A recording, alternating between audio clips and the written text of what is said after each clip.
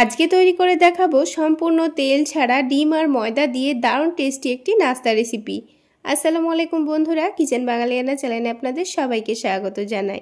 সকাল বিকেলের হালকা ফুলকা খিদায় কিংবা বাচ্চাদের স্কুল টিফিনের জন্য খুবই সহজ পদ্ধতিতে আজকে আমি আপনাদের সঙ্গে ডিমের মোমো তৈরি করে দেখাবো।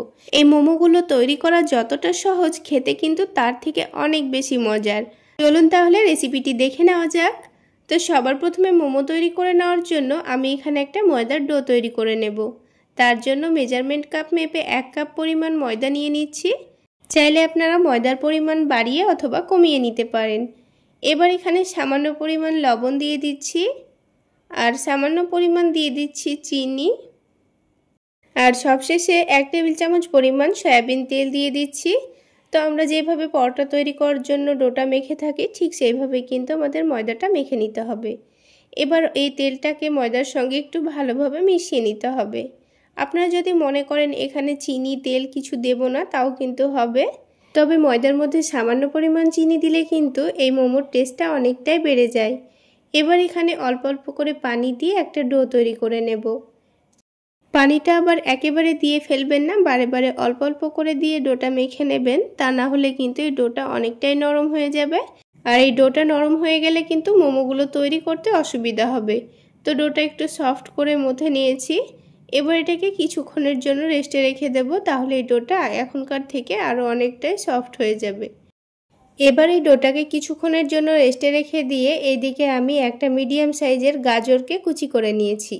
একটু লম্বা লম্বা করে কুচি করে নিয়েছি। আর গাজরের সাথে দিয়ে দিচ্ছি পেঁয়াজ কুচি। পেঁয়াজটাকেও আমি একটু লম্বা লম্বা করে কুচি করে নিয়েছি।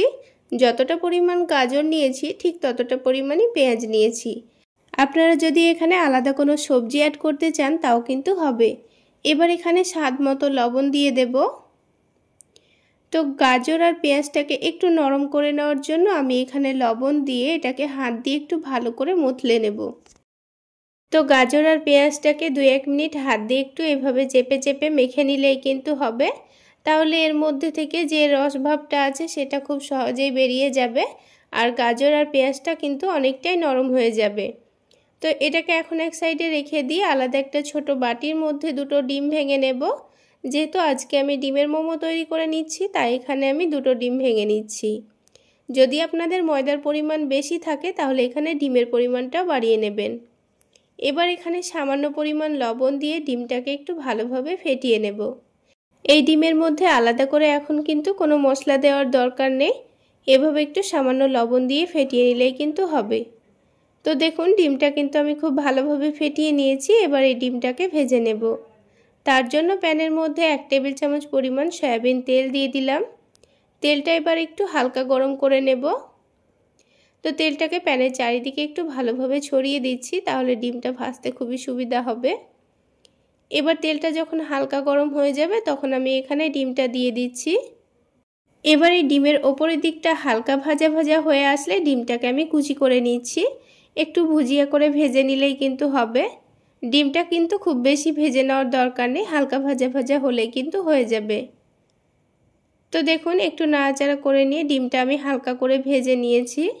এবার আমি এই ডিমটাকে তুলে নেব। ডিমটা তুলে নেওয়ার পর এটাকে এখন হালকা ঠান্ডা করে নিতে হবে। এখানে ডিমটা হালকা ঠান্ডা হওয়া পর্যন্ত কিন্তু আমাদের অপেক্ষা করতে হবে। এবার এদিকে ডিমটা ভেজে নেওয়ার আগে গাজর আর পেঁয়াজটা মাখিয়ে রেখেছিলাম, এটা থেকে কিন্তু অনেকটাই পানি ছেড়ে এসেছে। আর দেখুন গাজর আর পেঁয়াজ কিন্তু আগের থেকে অনেকটাই নরম হয়ে গেছে।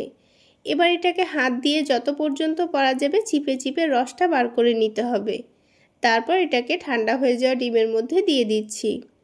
তো এখানে কিন্তু এই গাজর আর পেঁয়াজটাকে খুব বেশি সময় রেস্টে রাখার দরকার নেই, 5 মিনিট মতো রেস্টে রেখে দিলেই কিন্তু হবে। তো সবগুলো গাজর আর পেঁয়াজ চিপে নেওয়ার পর এবার এই ঠান্ডা হয়ে যাওয়া ডিমের মধ্যে আমি নিয়ে নিয়েছি। এবার এখানে বাকি কিছু মশলা দিয়ে দেব। তো লবণ যেহেতু দিয়েছিলাম তাই লবণটা বাদে আপনাদের পছন্দ মতো এখানে যে কোনো মশলা দিয়ে দিতে পারেন। তো খুব বেশি মশলার দরকার নেই, খুব অল্প মশলাতেই কিন্তু হয়ে যায়। তো আমি ঝালের জন্য অল্প করে একটু কাঁচামরিচ কুচি দিয়েছি।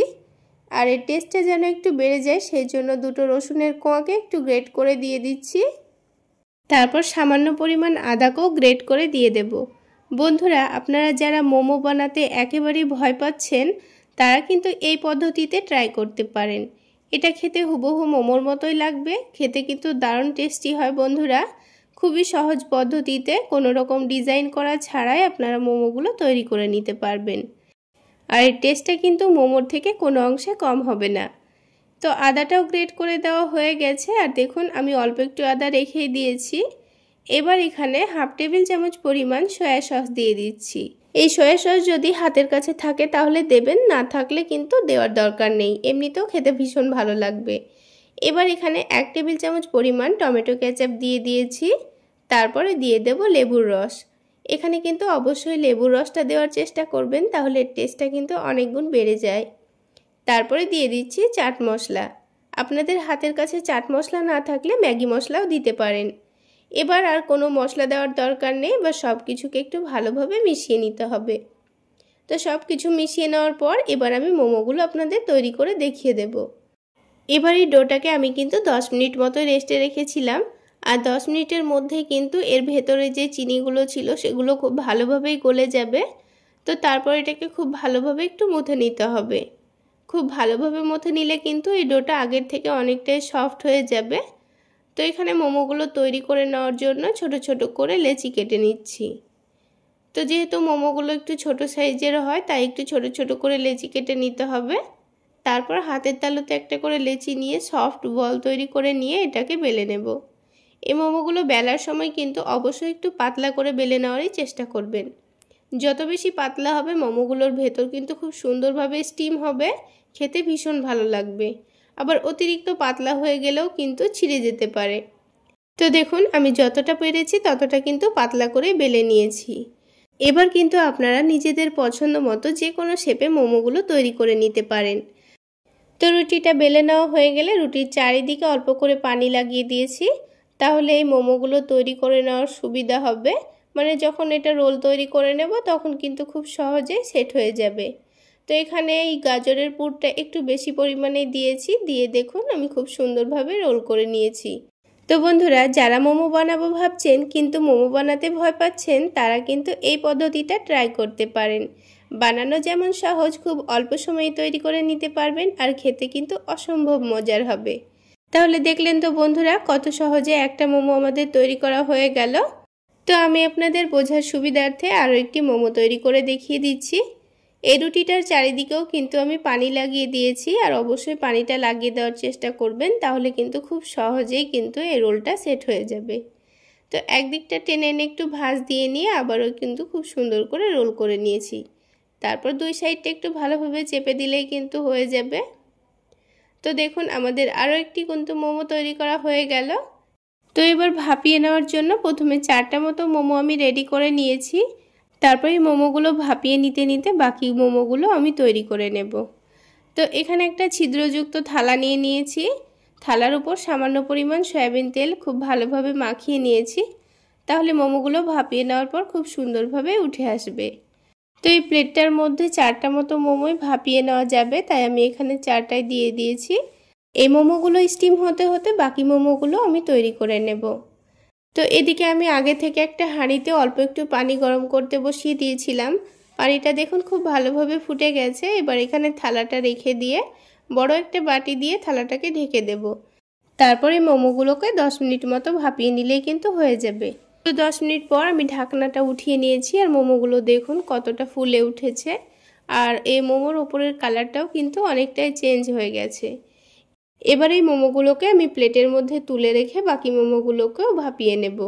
তো ভাপিয়ে নেওয়ার আগে আবারও প্লেটটার মধ্যে আমি একটু করে তেল ব্রাশ করে নিয়েছিলাম। তারপর মোমোগুলো রেখে এগুলোকে আমি আবারও 10 মিনিট ভাপিয়ে নিয়েছি।